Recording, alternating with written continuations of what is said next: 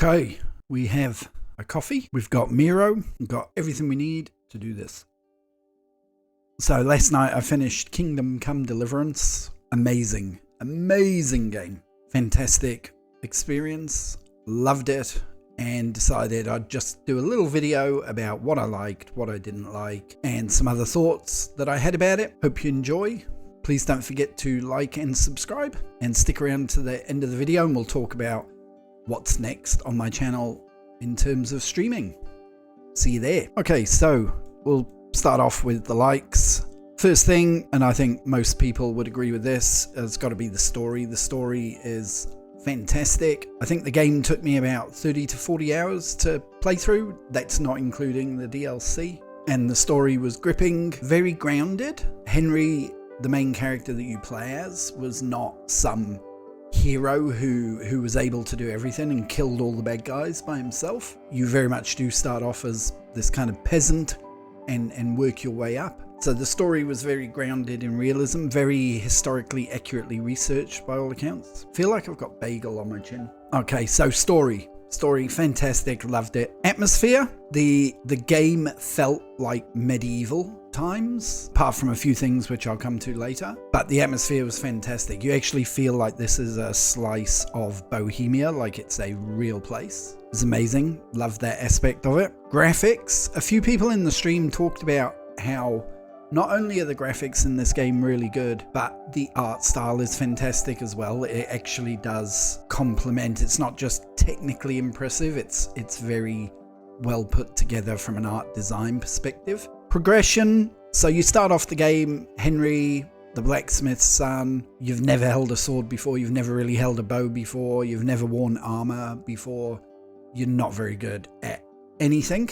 And it doesn't matter how sort of skillful you are, how good your reflexes are. If you're like me, bit of an Elden Ring god, it doesn't matter. You will suck and you will get killed by like everyone you come across if you try and fight them. As you progress through the game, Henry gets better. You level up your skills or your abilities. You get better at fighting.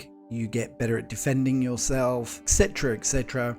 So throughout the course of the game, you do feel like Henry is actually learning how to handle his weapons, how to defend himself with a shield, all that kind of thing. You even learn how to read, and that mechanic was brilliant. You start off looking at sort of jumbled text, and then as you progress in terms of your reading ability, the spelling mistakes cut down and the text becomes clearer towards the end. When you can fully read, it's just normal text on a page.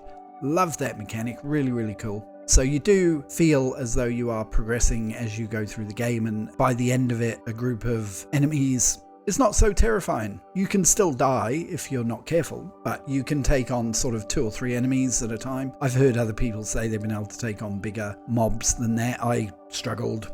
I just got surrounded and bashed to death if there was more than sort of 3 or 4 of them. But you do feel as though Henry is getting stronger and more skillful as the game goes on, which is brilliant. The music's fantastic. There's actually only a couple of tracks. I say a couple, there's probably about a dozen, but they're perfect. They're really well done. They complement the sections of the game that they're in. No, you can't fault the music. It's absolutely brilliant.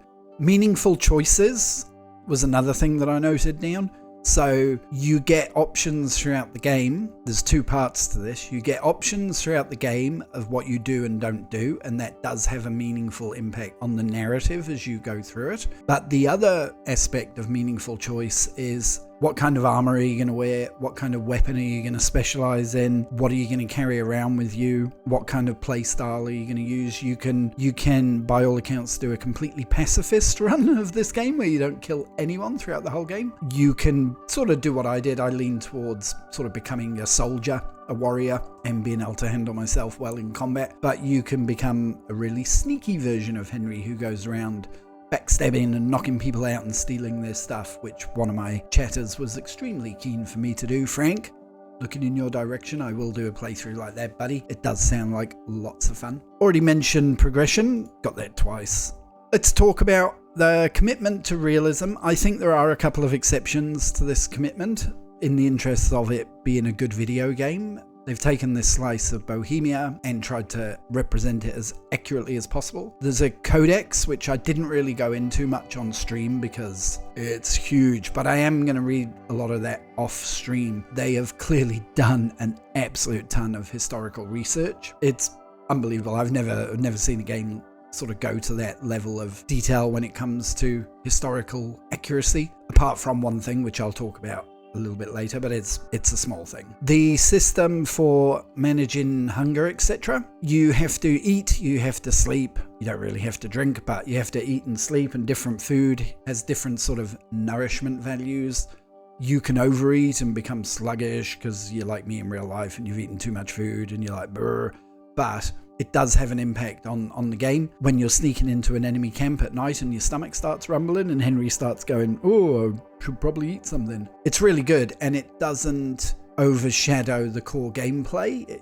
It's a system you have to manage Henry's tiredness and hunger, but it makes you play the game in sort of a structure where you're playing through it a day at a time. One thing I will say is, in terms of session time is something that game designers talk about a lot. It's, can you play this game if you've only got a quick 5 minutes, or do you need to sit down for a good couple of hours? I would say for a session of Kingdom Come Deliverance, you need at least 1 hour, because in 1 hour you can kind of get through the activities of one day, and when you go to sleep is one of the most reliable times to save. It is a bit like Dark Souls. It saves on exit, so don't let the much discussed save mechanic of needing to drink a saviour schnapps put you off. That put me off playing it for a long time, and in retrospect that was silly, because like Dark Souls, if you need to stop for whatever reason, you can save and quit, go off and do what you need to do. When you come back and fire up the game, you're back to where you were. The only time the save system is a little bit why is when you die and you haven't saved for like half a day and you have to repeat that whole half a day.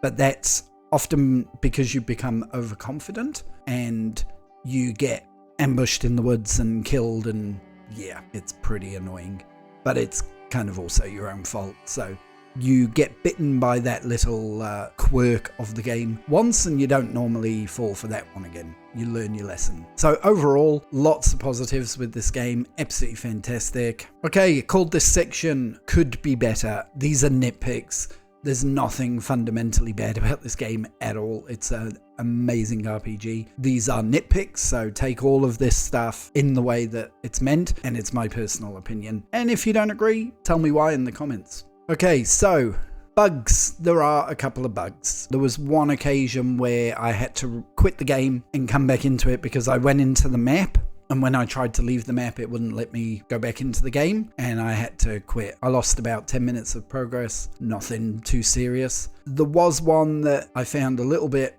annoying, and that was during an ending scene. I'm going to try and avoid spoilers as much as I can. During the ending scene, there's quite an emotional moment. It's really, really nice, really well done. And across the bottom of the screen, it was playing some dialogue from another quest line that I didn't do, but I tell you what, I'm going to go back and try because it seemed intense and epic.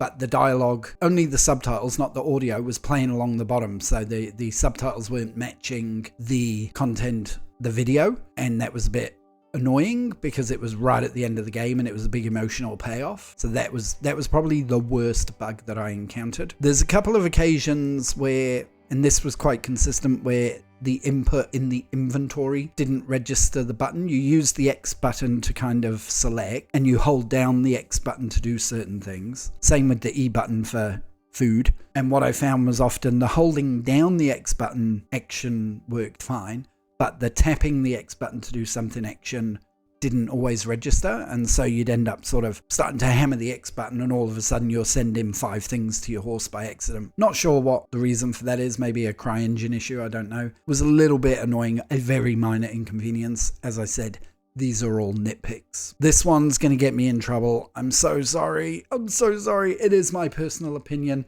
I apologize. I love America. I love Americans. I have this weird thing about American accents in games that are set in like medieval or fantasy settings. I know it's stupid and I know it shouldn't bother me. There was no American accent in the 1400s.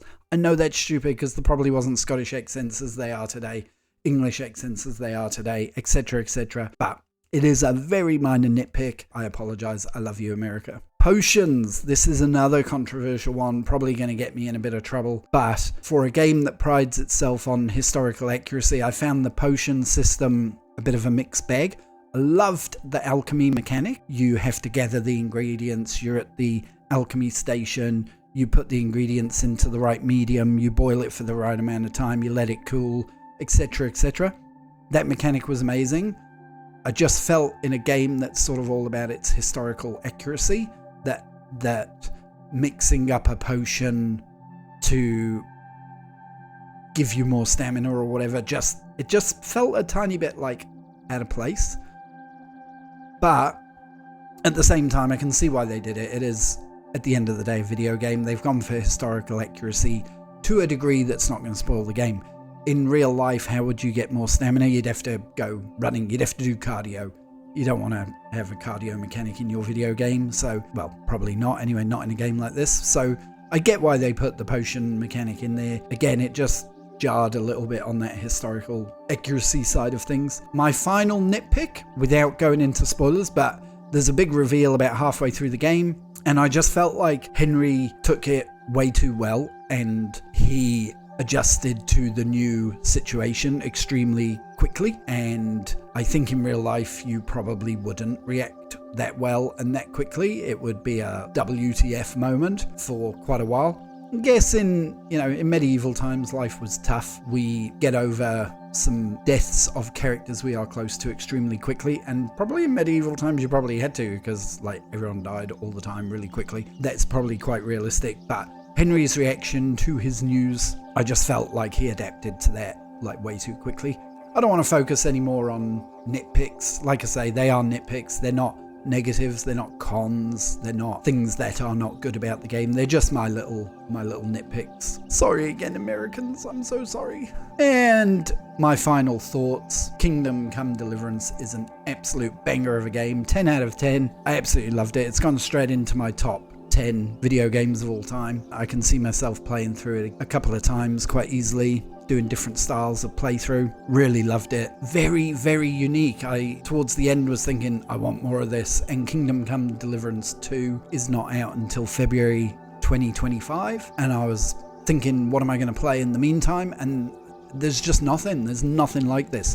Luckily, I can fill the gap by doing another playthrough and doing some of the DLC, but it's so unique. It is so unique to have this medieval life simulator. You play through the whole game and you think it's going to be sort of like Skyrim, but in real life, and it's not at all. And you don't actually have that much combat. A lot of the quest lines are solved by talking to the right people at the right times, doing the right things, negotiation, selecting the right dialogue options, investigation, using logic. It's actually quite rare that you resolve a quest line through violence, and I thought that was a really cool aspect of it as well.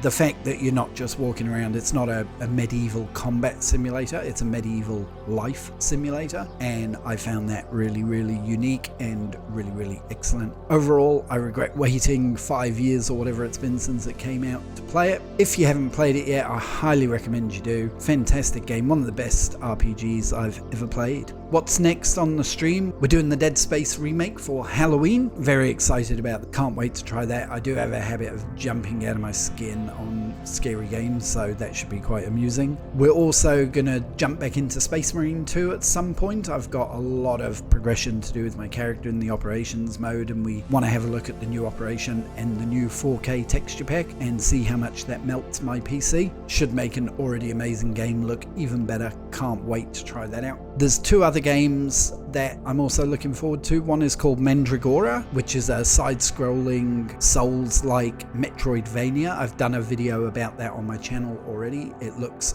brilliant, absolutely stunning, and it plays really, really nicely based on the demo. The other one that we're going to jump into at some point as well is No Rest for the Wicked, which is by the same people that made the Ori games. That's kind of a Dark Souls mixed with Diablo isometric view. Looks brilliant.